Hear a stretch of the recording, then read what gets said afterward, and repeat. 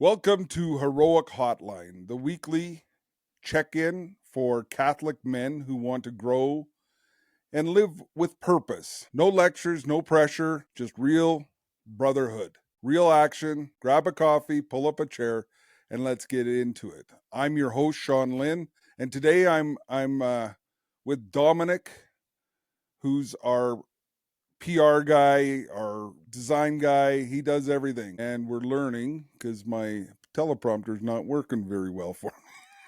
Well, Dominic, welcome. thanks, Sean. Good to spend a minute with you. It's my first time here on the hotline. So yeah, looking forward to getting into it. It's kind of a short show. We talked about you and I have been working towards getting this thing together. We just need to spend more time with with men in our community, with each other. We're putting out all this really awesome content from everybody else, and we're not sitting down ourselves and just talking together about what we think and why heroic men and what we're up to. I'm glad that we're bringing this back online now. So we talked about heroic news and events. So I know Pope Francis is in the news almost daily. So Mhm. our prayers go out to him as men.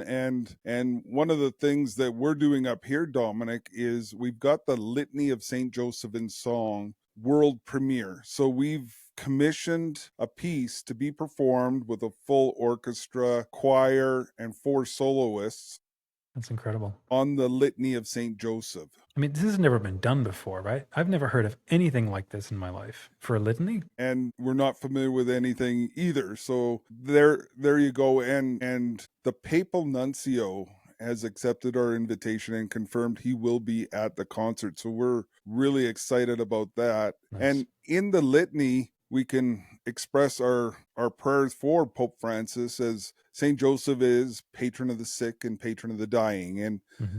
we're all on our path to dying someday, and I'm thinking Pope Francis is closer than hopefully we are. Well, hopefully not. I mean, he's got a lot more to shepherd the world with, but yeah, we'll keep praying for him. Yeah, and we also have our 28th annual men's conference here in Calgary coming up March Hmm. 14th and 15th, and that is going to be incredible. We've got Jeff Joaquin, who you're familiar with. He's got some great stuff on our platform, just a dynamic speaker. And then we've got Father Deacon Andrew Bennett. He's an incredible younger man than me, and he's been the religious ambassador for Canada under the Stephen Harper government, where he went to try and help with religious freedom all over the world. So it's Wow, yeah, very. amazing.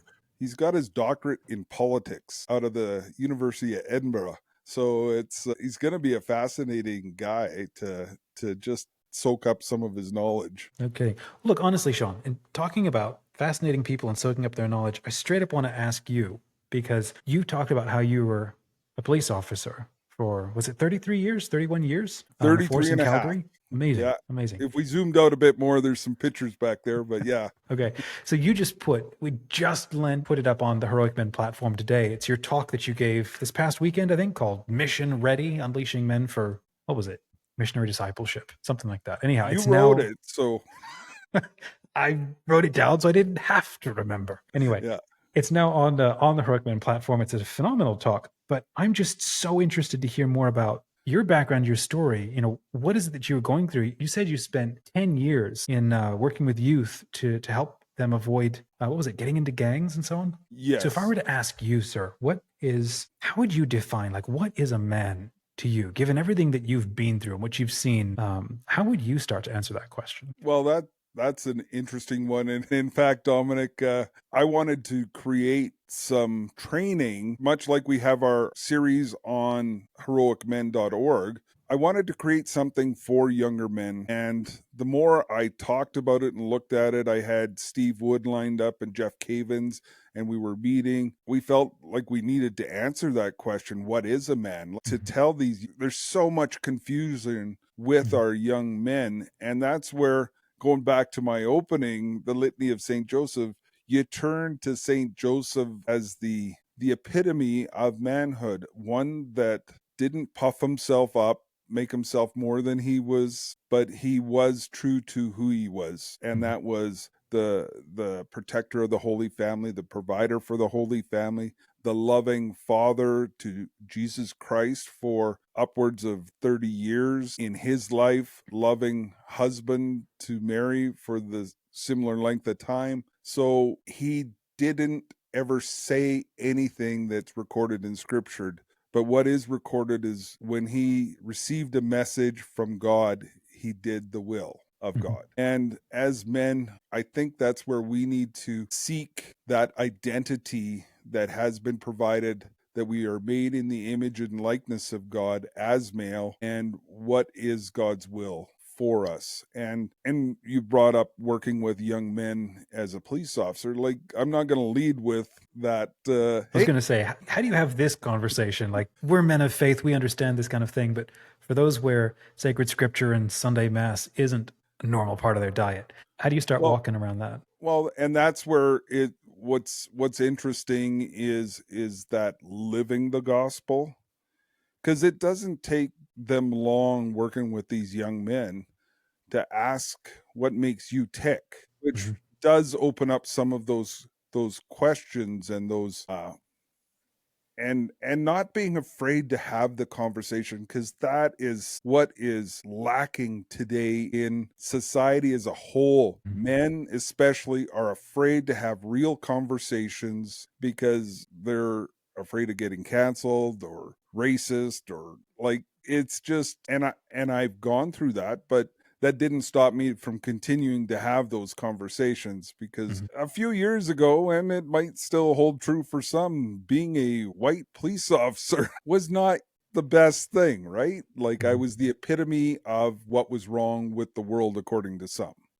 But I'd have those meaningful conversations with the young people because they desperately want to have them. They want to be challenged. They want to learn. They want to have to articulate why they believe what they believe. And anything worth doing is tested, right? Like, what good's your faith if it's never tested? What good's a friend if it's never tested? I'm curious, like, what's a story you think back to a lot where let's say a young man who was perhaps challenged with his manhood, or wanted or saw something like what you had to offer and came up and asked you about it. Do you have a story about that sticks out to you? Well, there's a number of them, but that's what the gangs give the young men, is that sense of belonging, that sense of brotherhood, even though it's all misguided.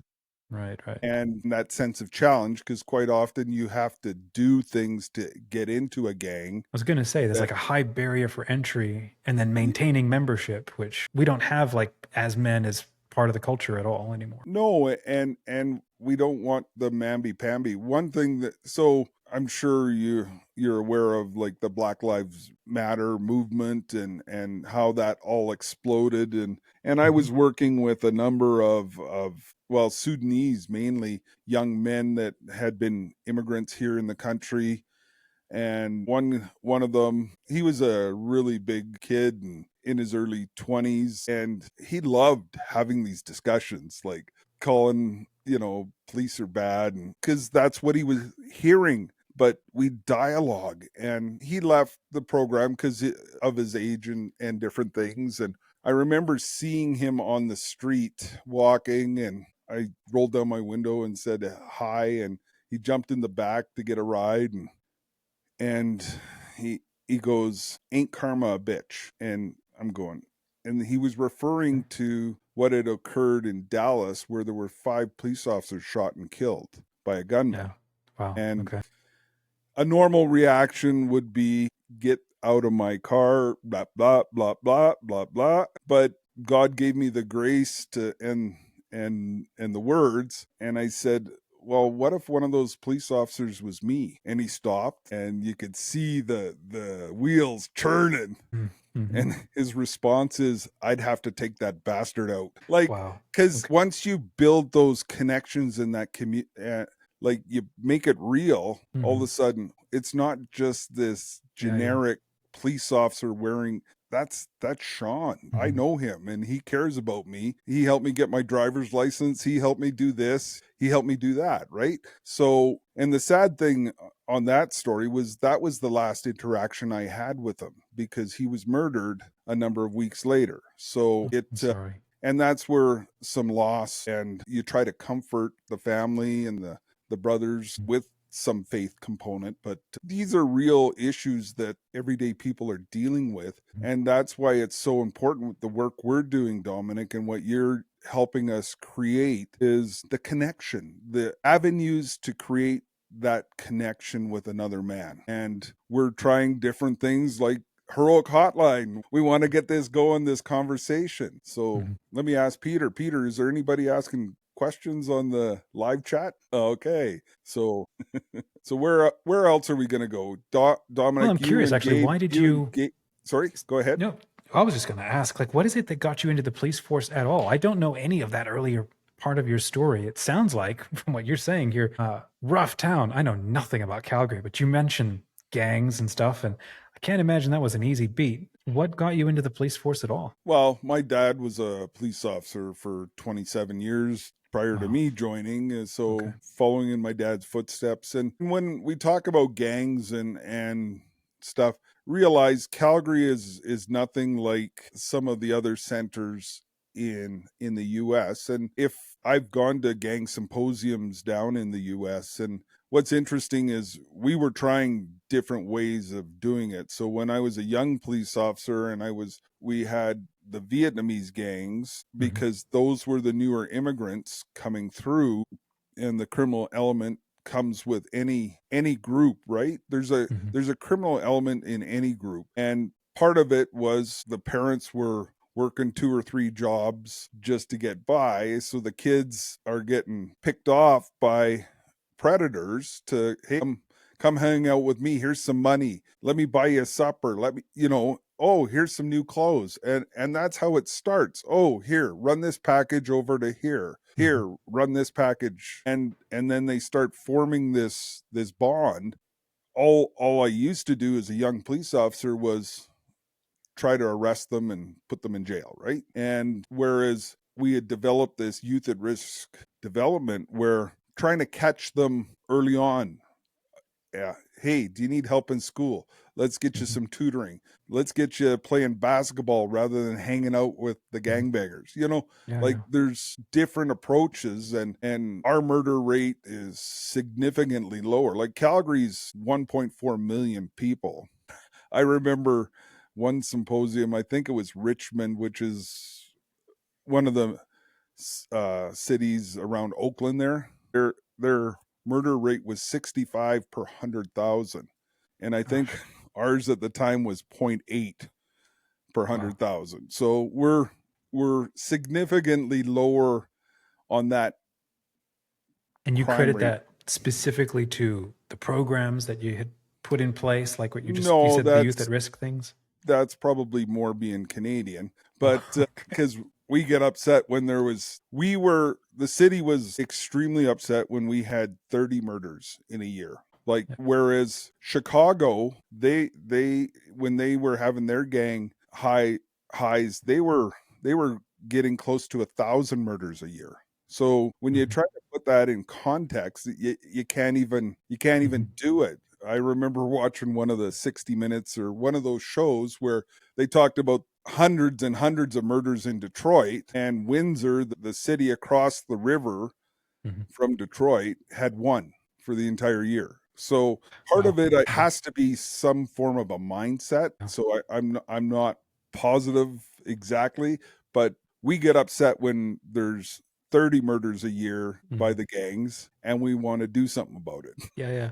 Well, I want to pull on this thread just for another minute because it's intriguing to me. Like you said, there's a mindset difference. It's like you walk 100 feet that way and it's a different city, right? Or okay, across the water, fine, 100 yards, meters, but different mindset creates a different culture around how we solve problems. So we're talking about heroic men. There's a similar sort of thing going on. We're trying to create these groups in parishes. We're kind of trying to mimic I don't know, godly gang behavior, although that's a bad way to say it. God squads, right? That's exactly what Yeah. you went on to create, I imagine. As you're interacting or kind of watching us down below the border in America, trying to solve problems, and then you compare that to how you solve problems, what are the mindset differences? Because we're trying to handle this problem of, men being disconnected, men needing other men, that kind of thing. You're going to tackle this differently than, I don't know, somebody down here will. Well, and that's one of the things I've been trying to say at our board meetings and meetings is we have the same problem, Mm-hmm.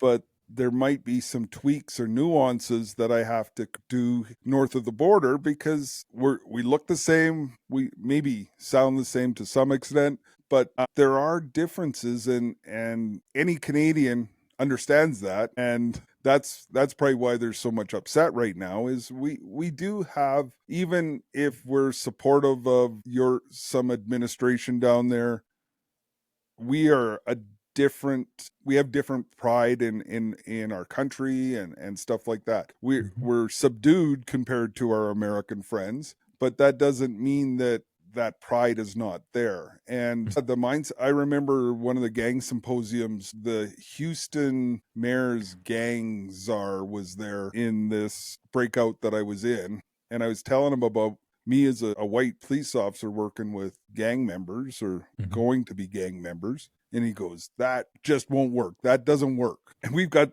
scientific proof to show that it does work, because we were one of the best researched programs out there where we Mm-hmm. did actually show a reduction in criminality with the young men that were engaged in our program. And it comes back to that belonging. And that's where, if we can help men, like I was watching a bit of that video you showed on the Brotherhood about a man committing suicide every 13 minutes, 4 times the rate of females. I know I had done some research with our Stats Canada, and it's well over 3 times here in Canada.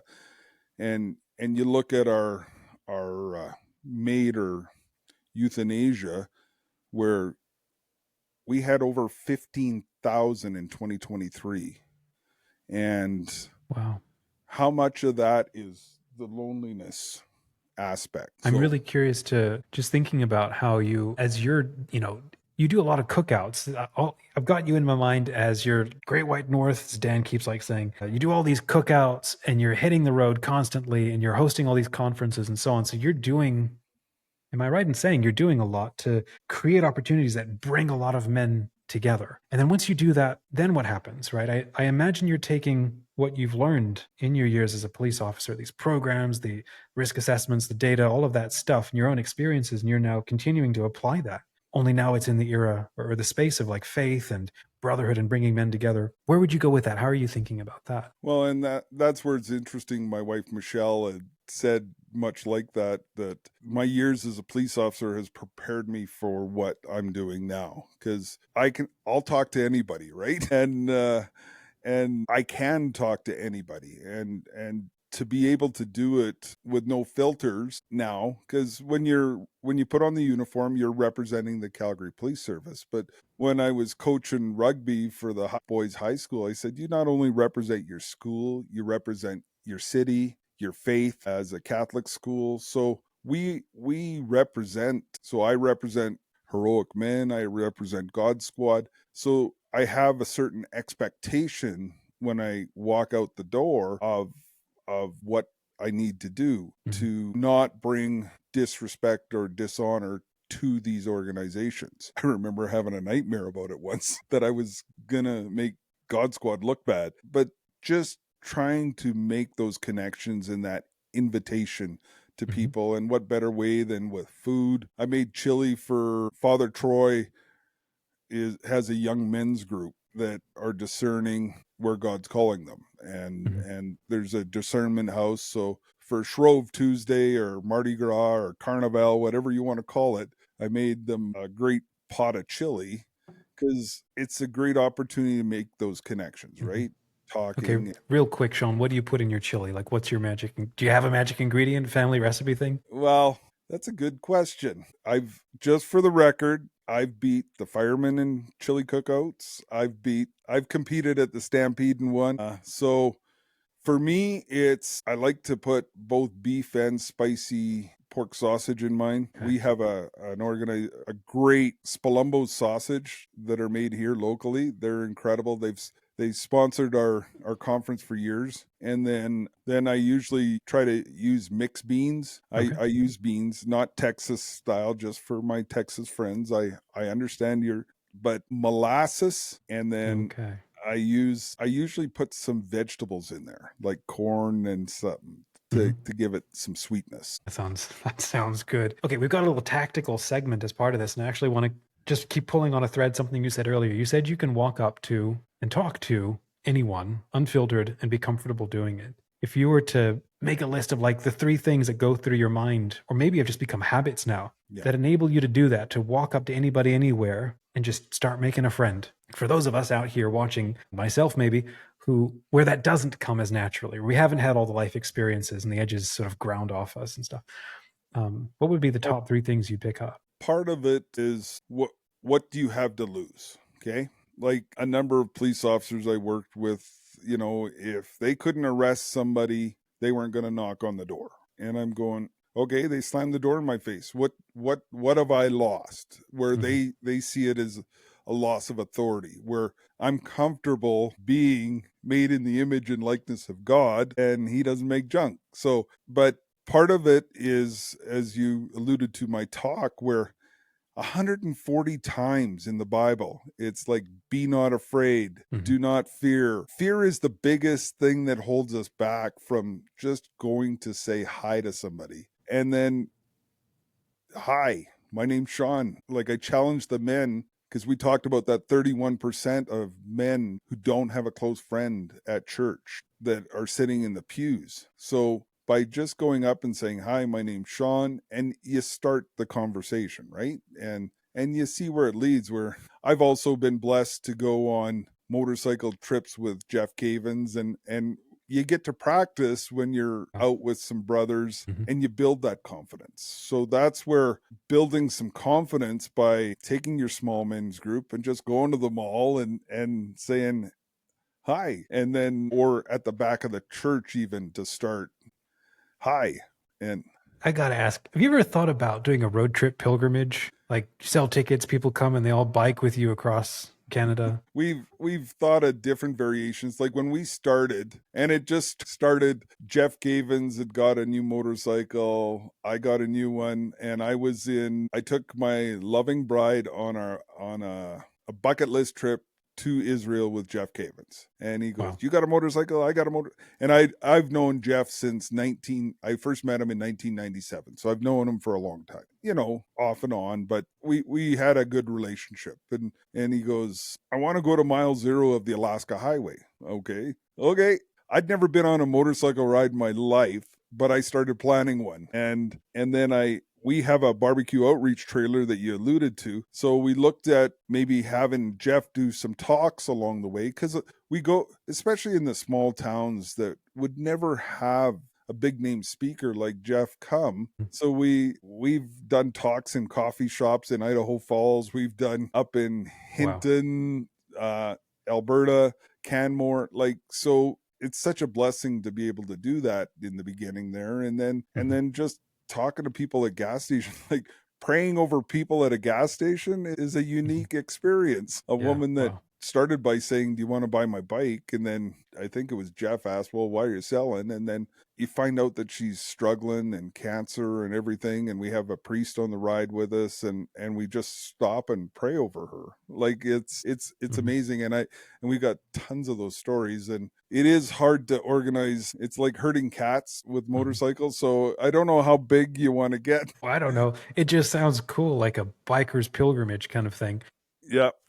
We've been talked on one about it, but it sounds cool. So do you have you and Gabe started a weekly challenge. Do you have a challenge for the week for us? Yeah. So this week we're taking a couple of weeks off because Lent has just begun. Everybody's thinking about Lent and what they're trying to not do and stuff like that.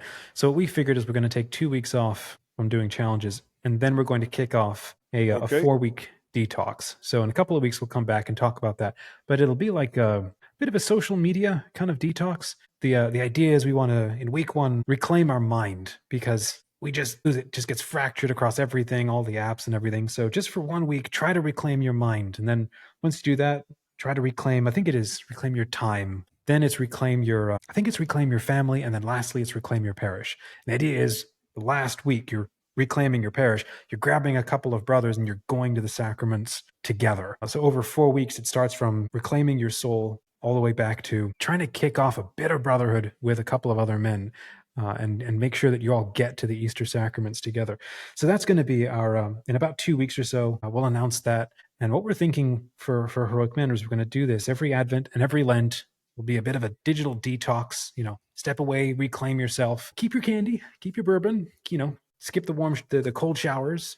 It's got to be more about not arm wrestling yourself into like winning at spiritual gains, but actually doing the humbler, simpler things that you're going to keep practicing and habit stacking for the long term. This is massive reason why we love Father Larry in his book, right? Be a Man. And he's got these 3 little prompts at the end of every chapter. So this is what I posted in the Brotherhood, which would be the day before this recording probably, or today. Just letting people know we started making a mess, just, being scrappy, sharing these challenges week after week, just pulling them right out of the book and then sending them out on our email list. Because if you buy a copy of the book, you look at that list of 30 things and you go, wow, this sounds great. Okay, I got to do this. And you close the book and you put it on the shelf and you go back to Tuesday. So we figured, okay, what if we just make it really simple? We email 1 challenge out a week and we invite men, practice this for 7 days. And gosh, the number of guys who jumped in, like Gabe and myself started practicing this stuff and we loved it. And we started having plenty more to talk about. And men in the Brotherhood started sharing, well, here's what I'm trying to do this week. Here's what I was able to do. Here's how I would think I might want to do this.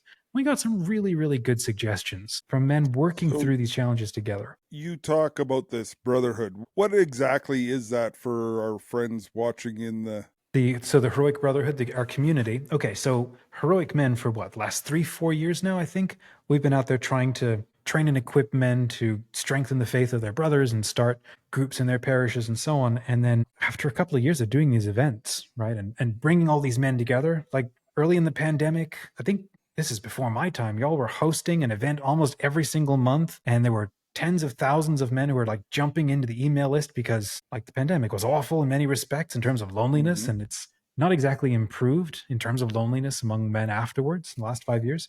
So what we did a couple of year and a half ago is realize men don't want another Facebook or another group on Facebook because you keep getting distracted with all of the ads and everything else going on Facebook, as much as we all love Facebook-ish. So we created our own community, and it's a space for men. If you have no one near you, well, you can jump on for free. Well, it's not exactly free. Our donors help us cover all the costs so that we can offer this to any man anywhere. So we've part of the Brotherhood is a map. We've built a map that charts men's groups across the country. We're adding it all the time, trying to grow this thing because there's nothing out there online that we know of. We're putting conferences on this map. We're putting men's groups on this map. We're adding 10 to 20 new pins each week on average, I think. So that means you can go there and you can punch in your zip code, see what's near you. And if there's nothing yet, there may be well soon, or you can reach out and say hi and we'll help you get something started. But there are plenty of men who have nothing near them, either yet or at all. And so they can jump into the Brotherhood, make a little profile, they can share a prayer request, they can take a photo of something happening in their life, share it with other men, share a resource, ask a question, network with other men from around the country. We have men of all ages. There's younger men, plenty of middle-aged men. There's a couple of older ones who would love to be able to mentor younger men. I think this is a part of this whole thing that we're still scratching at the surface. There are so many older men now who feel like they have so much to give and don't know how. And there's no young men showing up at their parish. I'm just thinking we just need to find these men. We need to work with them, and the Heroic Brotherhood is certainly one place where they can show up and start sharing what they know. They could reach out to a young man like, hey, maybe there's some mentoring that can happen here. How can I help you? What's going on in your life? Anyhow, that's the Heroic Brotherhood. It's a way where heroic men can sort of create that space where we are practicing online how we go about trying to bring men together, especially where they have nothing. Thanks, Dominic. And for our very short test, we seem to have gotten into it a little bit here, so that's awesome. We'll just double check. Peter, still no questions? Okay. Well, I think we'll wrap it up there. We're gonna try and do this weekly, gentlemen. We're just launching, like we're talking about. I'm big into R&D. If I need to put some sausages on the barbecue to see if it'll help get guys out, I'll do it. So whatever we need to do to help men get connections, bring them together, we're going to try it. So this is one of the areas that we're trying to resurrect, the Heroic Hotline. We had some great interviews. Go to heroicmen.org to look at some of the past episodes that we've done. But we're hoping to create this as a weekly live event to reach more men, and then we're hoping to get more dialogue with you. So if you have any questions that you'd like us to look at, or just topics you'd like us to discuss, please send them in to us in the Brotherhood, or reach out. Yeah, just Put them in the let us know. comments right below this video on YouTube, and we can shout it out. And, well, maybe not me, but you, Sean, and your guest or whoever's with you next week can chat through those questions. Well, thank you again. For those that use Hallow, or if you don't, there's a novena starting in a couple days on Hallow for this St. Joseph Litany that we're doing, and we could really use your prayers. Ticket sales have been a little soft to date, and we've got a big auditorium to fill. We've got the premier concert hall here in Calgary, the Jack Singer, but I know God is going to work with this, and we're going to record it so that we can share it at a later time with the world as a prayer. And the cameramen, Dominic, and they do fantastic work. And maybe in the near future, Dominic, can we share that trailer with the new series of Be a Man with Father Larry? The first look trailer, we're planning on dropping it Monday. If all goes well, we're going to send that out to our whole list. Monday or Tuesday, but we'll have that early next week. And for those who don't know what that's about, we grabbed Father Larry and we filmed an epic 12-episode miniseries based on his bestseller, Be a Man. And we privately, our team got a chance to have a look at that trailer. They put together a quick rough cut so we could get a sense of what a first look at this series would look like. And we all lit up. It's not only going to be an epic series, but we think it's going to be a pretty amazing new year for a lot of men. If they can, they've never read the book, they would never buy the book, but they might watch this series and they might grab a brother and just love it and reclaim what it means to be a man. Well, and it's going to be a great series for your small men's group too, that I'm looking forward to using. So once again, men, God bless. Thank you for joining us. And I look forward to seeing you next week. And I think Dominic's going to be a regular on here, just so you know, because he's a fantastic, happy to be here, Sean, helping us keep the conversation going.